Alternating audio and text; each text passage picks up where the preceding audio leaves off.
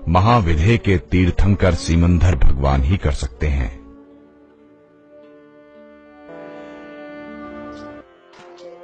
अरे अचानक बोल उठे सत्धर्म वृद्धि हो शिर जिन राज, सीमंधर जिन समो शरण में अर्थ न समझी सकल समाज।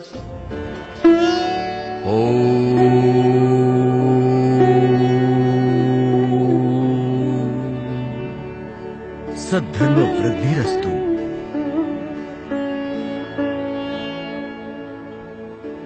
महाविदेह के चक्रवर्ती सीमंधर भगवान से प्रश्न पूछते हैं। भगवान, अचानक ये धर्म वृद्धि किसे दी जा रही है? यहाँ दर्शन करने तो कोई आया ही नहीं।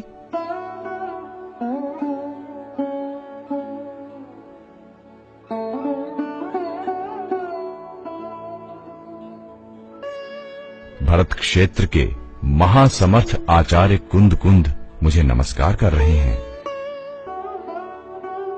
तभी वहां उपस्थित दो चारण रिद्धिधारी मुनि सोचते हैं, हमें ऐसे महान तपस्वी व अभीक्षण ज्ञानोपयोगी संत के दर्शन करने चाहिए। फिर तो अविलंब चलना ही चाहिए।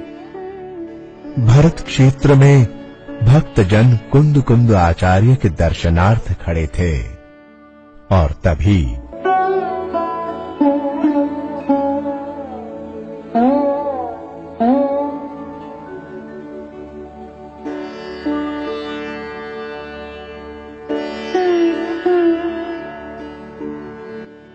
ये क्या?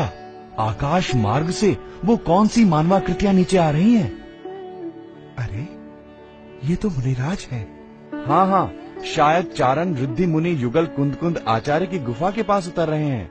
हमें भी वहीं चलना चाहिए।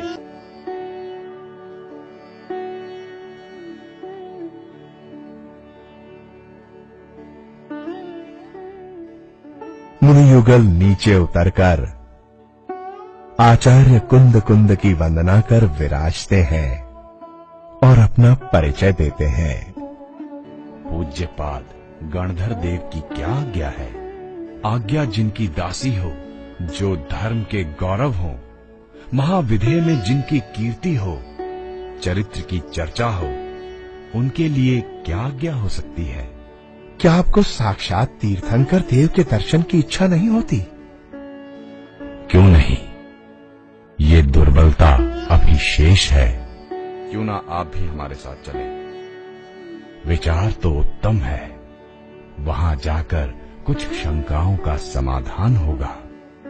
आपको चारण रिद्धि तो प्राप्त है ही, आप भी हमारे साथ चलकर सीमंधर भगवान के दिव्य वचनामृत का पान करें।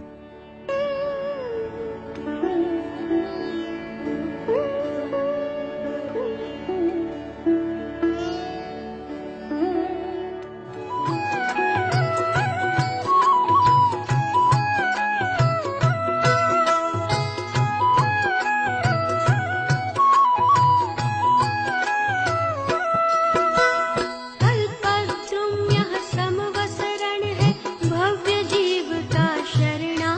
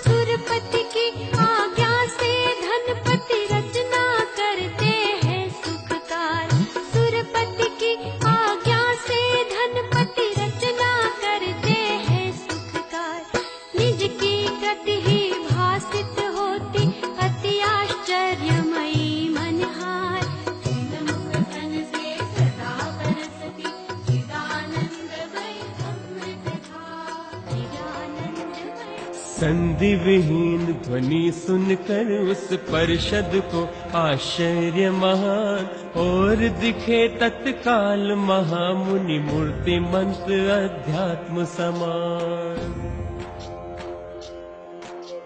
हाथ जोड़कर खड़े प्रभु को नमे भक्ति में लीन हुए, नग्न दिगंबर छोटा सा तन विस्मित थे सब लोग हुए। विस्मय से चक्री पूछे हैं, नाथ कहो ये कौन महान। 500 धनुष ऊंचे चक्रवर्ती आश्चर्य से पूछते हैं, भगवान ये छोटे शरीर वाले मुनिराज कौन हैं? ये भरत क्षेत्र के महातपस्वी व श्रुत ज्ञानी मुनिनाथ कुंदकुंद हैं। हे समर्थ आचार्य भरत के करे धर्म की वृद्धि महान।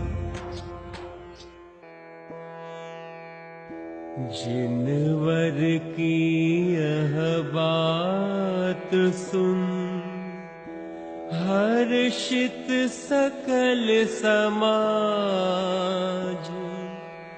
हे लाचार्य सभी कहे, छोटे से मुनिराज, छोटे से मुनिराज।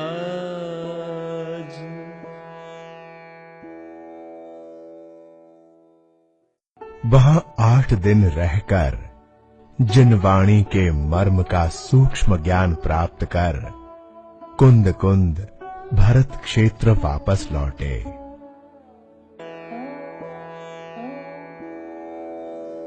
प्रत्यक्ष जिनवर दर्श कर बहु हर्ष लाचार्य को, ओंकार ध्वनि सुन कर अहो अमृत मिला मुनिराज को।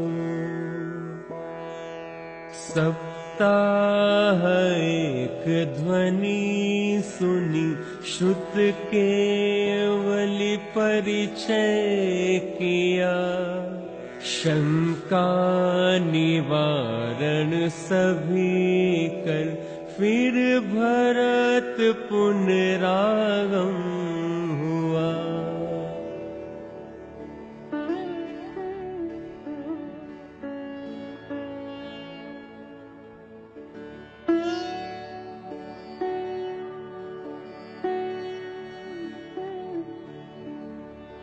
वाह, हमारे धन्य भाग्य हैं जो आज हमें साक्षात तीर्थंकर की दिव्य ध्वनि सुनकर आने वाले आचार्य श्री का प्रवचन सुनने का अवसर मिलेगा। आचार्य श्री, धर्म क्या है?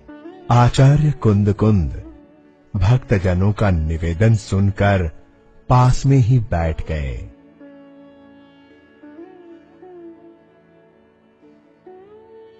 चारित्र ही वास्तविक धर्म है। धर्म में ही समता भाव की उत्पत्ति होती है।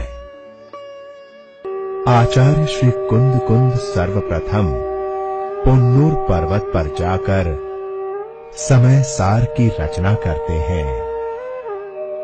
समय का सार ही समय सार है, जो आत्मानुभूति है। कुंद कुंद रच्यूं शास्त्र साथिया अमृते पुर्या ग्रंथाधिराज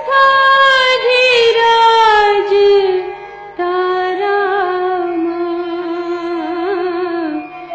भावो ब्रह्मांड ना भर्या।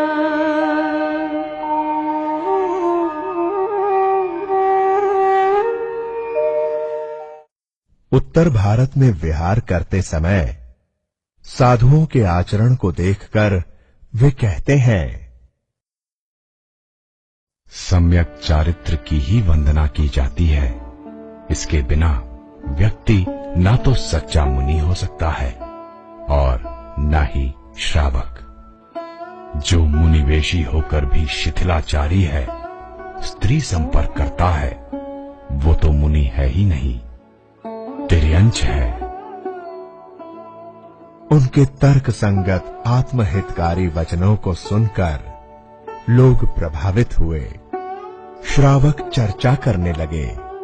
देखो तो सही, 700 मुनियों का संग, एक तरफ अध्यात्म की प्रतिष्ठा और दूसरी ओर चरित्र को जीवित किया। हाँ हाँ, क्यों नहीं।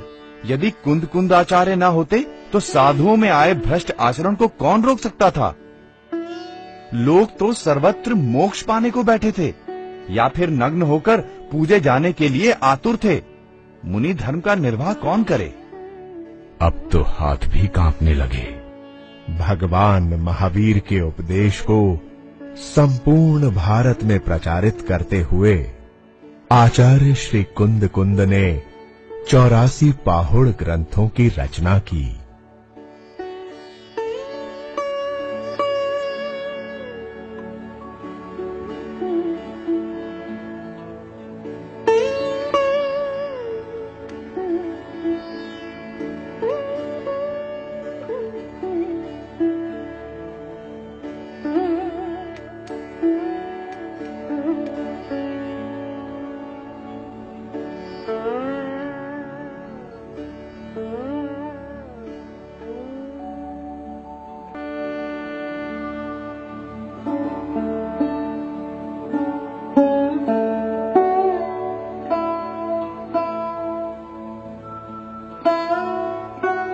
उनकी आयु 96 वर्ष हो चली थी। उन्हें योग्य शिष्य की तलाश थी, जिसे संघ के आचार्य पद पर स्थापित करना था। मुनि उमा स्वामी को आचार्य पद सौंपकर मुनिवर कुंद समाधि हेतु अन्न जल का त्याग कर कुंदारगिरी पर्वत पर गए। मुनिवर कुंद के देह त्याग